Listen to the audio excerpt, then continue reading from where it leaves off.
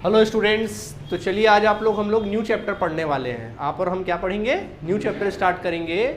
और आपका चैप्टर का नाम क्या है? Change in profit sharing ratio of existing partner.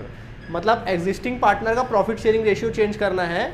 अब इस चैप्टर को या तो आप तीसरे नंबर का चैप्टर बोल लो या फिर इसको आप दूसरे नंबर का चैप्टर बोल लो। किसी किसी बुक में सेकंड नंबर का चैप्टर है, किसी किसी बुक में थर्ड नंबर का चैप्टर है। ठीक है, इस चैप्टर का दूसरा नाम भी है। और इस चैप्टर का नाम क्या है मालूम तुम लोग को? Reconstitution of partnership form. Reconstitution of partnership क्या बोल रहे हैं हम आपको? फर्म कह रहे हैं। आया बात समझ में? तो पार्टनरशिप फर्म का क्या करना? रिकॉन्स्टिट्यूशन करना। मतलब क्या होता है इसका? देखिए आपको बताया गया था जैसे कि पार्टनर ए है, बी है और कौन है? सी है। अब ए बी सी तीनों पार्टनर थे और 3:2:1 के पार्टनर थे। इनका पार्टनरशिप रेशियो जो है 3:2:1 है। और इनका एक पार्टनरशिप डीड है। ठीक है, एक पार्टनरशिप क्या है? डीड है, जिसमें इनके सारे रूल्स रेगुलेशन लिखे हुए हैं। कैसे इंटरेस्ट ऑन कैपिटल बांटेंगे, कैसे इंटरेस्ट ऑन ड्राइंग्स बांटेंगे, क्या इनका गुडविल होगा, क्या इनका प्रॉफिट होगा, सारी बातें सब कुछ क्या की हुई है? लिखी हुई है। ठीक है, अब ये तकरीबन ये लोग 15 साल से बिजनेस कर रहे थे और यही डीड क्या हो रहा था? चला आ रहा था 15 सालों से यही डीड क्या हो रहा था? चला आ रहा था। 15 साल बाद इनको रियलाइज़ हुआ कि यार ये प्रॉफिट शेयरिंग रेशियो से हम लोग बोर हो चुके हैं। अब कुछ प्रॉफिट शेयरिंग रेशियो में चेंजेस करते हैं। इस डीड में क्या करते हैं? चेंजेस करते हैं। तो वो लोग क्या करते हैं? पुराना डीड को क्या करते हैं? फाड़ के क्या करते हैं? फेंक देते हैं। और एक नया डीड का क्या करते हैं? चमचमाता हुआ न्यू डीड का क्या करते हैं? निर्माण करते हैं। न्यू डीड का क्रिएशन करते हैं। पार्टनर वही है, पार्टनर में कोई चेंजेस नहीं है। न्यू डीड का निर्माण करते हैं, न्यू डीड वो लोग बनाते हैं। और न्यू डीड में क्या करते हैं मालूम है? लोग अपना प्रॉफिट शेयरिंग रेशियो को भी चेंज करने का डिसीजन लेते हैं। पहले उन लोग बांटते थे 3:2:1। अब इन्होंने डिसीजन लिया कि अब हम प्रॉफिट शेयर करेंगे। सपोज 2:2:1 हम क्या करेंगे? प्रॉफिट शेयर करेंगे। आई बात समझ में कि नहीं आई? ठीक, तो इसको बोल चलो थोड़ा सिंपल कर देते हैं इसको आपके लिए। 1:1 क्या किया उन्होंने? 1 में डिसीजन लिया। मतलब इक्वल बांटेंगे। कैसे बांटेंगे? इक्वल बांटेंगे। तो देखो पुराना पार्टनरशिप डीड मतलब प्रॉफिट शेयरिंग रेशियो, चैप्टर का नाम क्या है? Change in profit sharing ratio. तो प्रॉफिट शेयरिंग रेशियो में लोग क्या कर रहे हैं? चेंजेस कर रहे हैं। ठीक है, और नया प्रॉफिट शेयरिंग रेशियो हो रहा है। तो इसी को कहते हैं रिकॉन्स्टिट्यूशन ऑफ पार्टनरशिप फर्म या फिर change in profit sharing ratio of existing partner. Existing partner अपना प्रॉफिट शेयरिंग रेशियो चेंज कर रहे हैं। तो आप बोलोगे ठीक है सर, चेंज कर रहे हैं तो टेंशन की क्या बात है?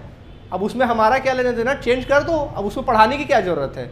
लेकिन बेटा जब प्रॉफिट शेयरिंग रेशियो चेंज होता है ना, यहीं पे सबसे बड़ा मेजर काम होता है। पूरी बिजनेस ना पूरा उलट पुलट जाता है। समझे? अब कैसे उलट पुलट जाता है समझाते हैं। देखिए सबसे पहला, जैसे पार्टनरशिप फर्म का गुडविल रहा होगा कि नहीं रहा होगा? अब मान लीजिए पूरे पार्टनरशिप फर्म का जो गुडविल रहा होगा वो रहा होगा मान लीजिए 60,000 रुपीज़ रहा होगा। 60,000। अब पुराने डीड के अकॉर्डिंग अगर देखा जाए तो पुराने डीड के अकॉर्डिंग इनका रेशियो क्या रहा होगा? 3:2:1। मतलब इनका कैसे रहा होगा? इसमें रेशियो 3:2:1। मतलब ए का हिस्सा, बी का हिस्सा और सी का हिस्सा। ए का रहा होगा 30,000, बी का रहा होगा 20,000, सी का रहा होगा कितना? 10,000। ये इनका हक रहा होगा। सही बात है कि नहीं है? अब प्रॉफिट शेयरिंग रेशियो में आपने चेंजेस किया, क्या कर दिया?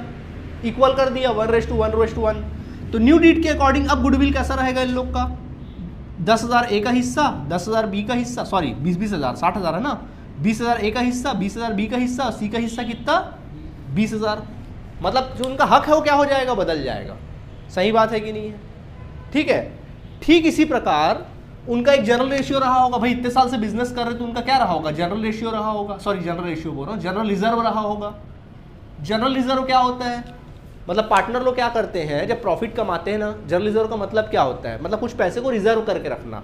पार्टनर लोग जब बिजनेस करते हैं, प्रॉफिट कमाते हैं ना, तो जैसे हर साल, जैसे 15 साल से लोग बिजनेस कर रहे थे, तो जैसे मान लीजिए किसी साल उन्होंने, मान लीजिए सपोज उन्होंने कुछ प्रॉफिट कमाया, मान लो किसी साल उन्होंने 50,000 प्रॉफिट कमाया, तो कायदे से 50,000 को इनको आपस में बांट लेना चाहिए।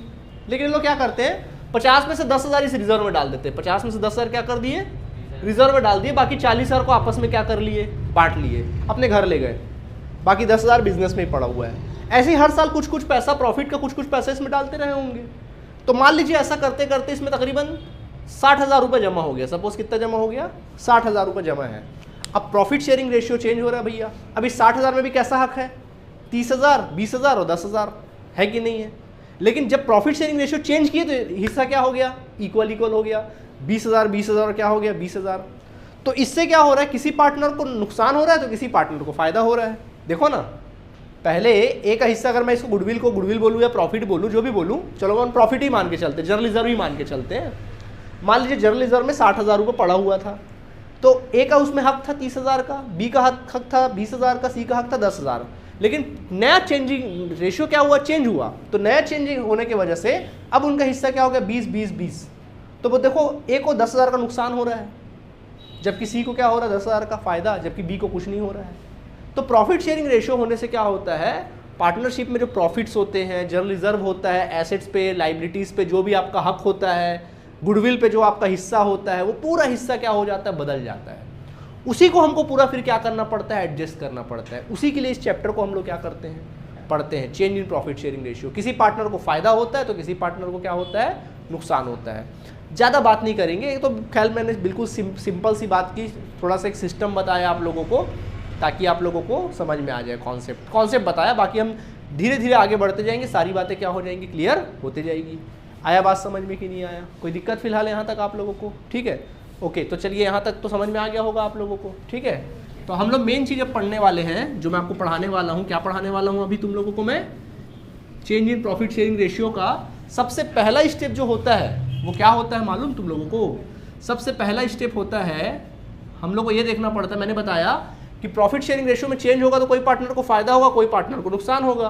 तो सबसे पहला मेन चीज निकालते हैं सैक्रिफाइस रेशियो और गेनिंग रेशियो, सैक्रिफाइस रेशियो और गेनिंग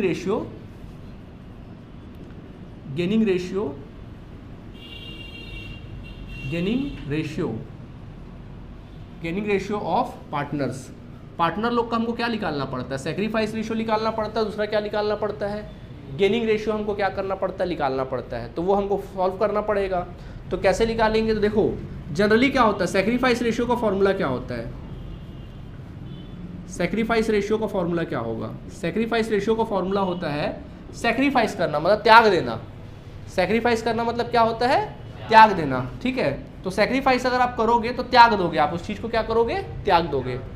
तो जैसे अब पता कैसे चलेगा कि आपने त्यागा कितना है, तो कॉमन सी बात है, पहले 3 खाते थे, जैसे मान लो आप रोटी खा रहे हो, पहले आप 4 रोटी खा रहे थे, अब आप 3 रोटी खा रहे हो, कितना सैक्रिफाइस किए, तो आपने ओल्ड ज़्यादा था कि न्यू ज़्यादा है, ओल्ड ज़्यादा था।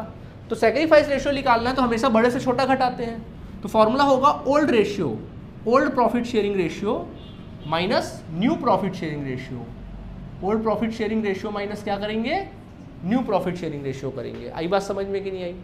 उसी प्रकार अगर मान लीजिए हमको गेनिंग रेशियो निकालना है या गेन रेशियो निकालना है, पार्टनर को क्या होता है, गेन होता है, तो गेनिंग रेशियो अगर हमको निकालना है तो गेनिंग रेशियो कैसे फाइंड आउट करेंगे, तो गेनिंग रेशियो अगर आपको निकालना है तो कैसे फाइंड आउट करोगे गेनिंग रेशियो, तो फॉर्मूला होगा new ratio, new profit sharing ratio minus old profit sharing ratio. आया बात समझ में, new profit sharing ratio minus क्या करेंगे, ओल्ड प्रॉफिट शेयरिंग रेशियो करेंगे, क्लियर है।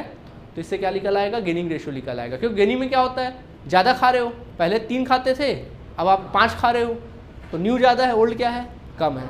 तो ऐसे हम लोग फाइंड आउट कर सकते हैं, ठीक है। आप कोई एक फॉर्मूला लेके चलोगे, बताओ क्या लेके चलोगे, सैक्रिफाइस की गेनिंग, कोई भी एक उठा लो। चलो हमने एक सैक्रिफाइस उठा लिया, क्या उठा लिया, सैक्रिफाइस। तो देखो अगर आप सैक्रिफाइस रेशियो उठाए हो तो सैक्रिफाइस रेशियो का फॉर्मूला क्या होता है, old ratio minus new ratio. तो कभी भी याद रखना, अगर इसमें आंसर आपका पॉजिटिव आता है, आंसर किस में आएगा, प्लस में आएगा, तो बेटा फिर याद रखना वो सैक्रिफाइस आया है, क्या आया है, सैक्रिफाइस आया है। समझ आया कि नहीं आया। और अगर आंसर आपका माइनस में आता है तो क्या कहलाएगा, फिर वो गेन रेशियो कहलाएगा। क्या कहलाएगा, सॉरी गेन रेशियो बोल रहा हूँ, गेन हुआ है, फिर वो क्या हुआ है, गेन हुआ, मतलब सामने वाले को फायदा हुआ है। आया बात समझ में कि नहीं आया, कोई दिक्कत, नोट करिए please.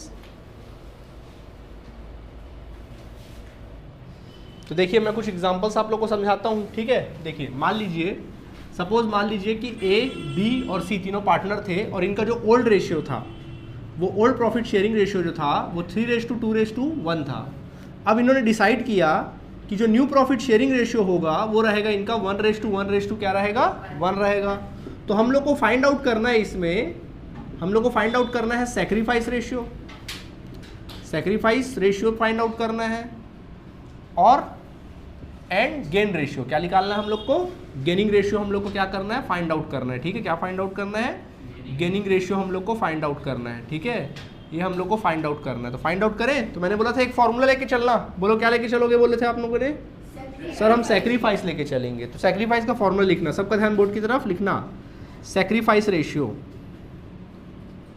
Sacrifice ratio is equal to, formula क्या होता है बोलो, old profit sharing ratio minus new profit sharing ratio. आई बात समझ में?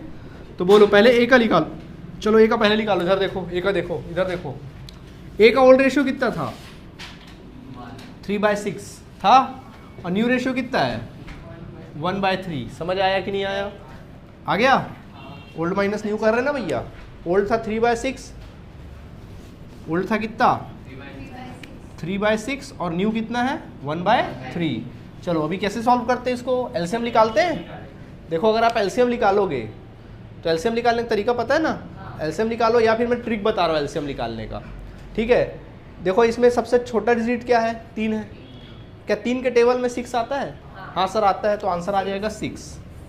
अगर मान लीजिए अगर कोई ऐसा डिजिट होता, मान लो 5 होता, दोनों अपोजिट है, ना तो 3 के टेबल में आता, ना तो 5 के टेबल में 3 आता है ना, तो बेटा फिर सीधा क्या करोगे, 5 × 3 कर देते, 15 आ जाता, 3 3 ज़ा 9 हो जाता, और 5 1 ज़ा 5 हो जाता। हाँ बिल्कुल, cross multiply type, not cross multiply होता, उसके टाइप हो जाता। समझ आया? खैर यहाँ पे कहानी कुछ अलग है, यहाँ पे क्या है 5, यहाँ पे क्या था 6/3 था, 6 में तो कि एलसीएम कितना आया 6 आया।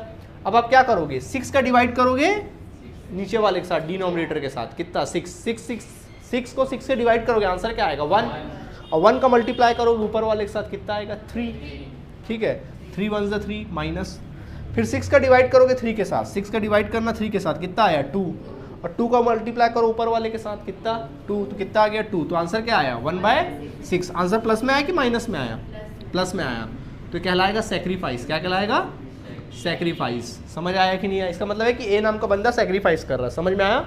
इसके बाद आती है बी की बात। तो देखो बी का, तो बी का ओल्ड रेशियो कितना था और न्यू रेशियो, एलसीएम निकालो 6, तो चलो 6 डिवाइड करो, कितना है 1, 2 1 ज़ा 2 माइनस, 3 का डिवाइड करो 6 के साथ 2, 2 1 ज़ा 2, तो बेटा आंसर क्या है 0/6, यानी 0 का कोई भी संख्या से डिवाइड करोगे आंसर क्या आएगा 0 ही आना है, तो आंसर क्या आया नील आया। इसका मतलब क्या हुआ, ना तो बी सेक्रीफाइस कर रहा, ना तो कुछ गेन कर रहा, उसका रेशियो जो पहले था आज भी वही है। अब सी की बात आती है, हाँ जी कौन सा वाला, ये वाला, दोनों देखो पहले, मतलब कैलकुलेशन बोल रहे हो कि कैलकुलेशन, देखो क्या करोगे, पहले इसका एलसीएम निकालोगे, तो एलसीएम निकालो, कितना आया 6 आया। ट्रिक बता रहा हूँ, एलसीएम कैसे निकालोगे, छोटा नंबर देखना, छोटा नंबर कितना 3 है, क्या 3 के टेबल में बड़ा डिजिट आता है, आता है, तो जो बड़ा डिजिट है वही आपका एलसीएम कहलाएगा। आगे एलसीएम, अब जो एलसीएम आया है कभी भी याद रखना, एलसीएम का डिवाइड करना उसके न्यूमरेटर के साथ, ऊपर वाले के साथ, सॉरी नीचे वाले के साथ, डिनोमिनेटर के साथ करना, ठीक है। तो 6 का डिवाइड करोगे पहले वाले के साथ, 6 के साथ, कितना आया आंसर 1 आया, फिर ऊपर वाले के साथ मल्टीप्लाई कर दो, 3 3 ज़ा 1, 3 1 ज़ा 3, ये 3 आ गया। वैसे 6 का डिवाइड करें 3 के साथ, तो कितना आया 2 आया, 2 1 ज़ा 2, ऐसे वैसे इसको निकाले। समझ आया? कोई दिक्कत है इसमें आप लोगों को? ज़्यादा तकलीफ होता है तो मैं एक तरीका बता देता हूँ, सीधा काम करो, 3/6 माइनस क्या बोला मैंने 1/3, तो सीधा ऐसा कर लो, दोनों को मल्टीप्लाई करो, कितना आया 18, 6 × 3 18, 3 3 ज़ा 6 1 ज़ा कितना आ गया 3/18 आया, आंसर करो तो भी आ जाएगा, लेकिन काम थोड़ा लंबा हो जाएगा। समझ आया?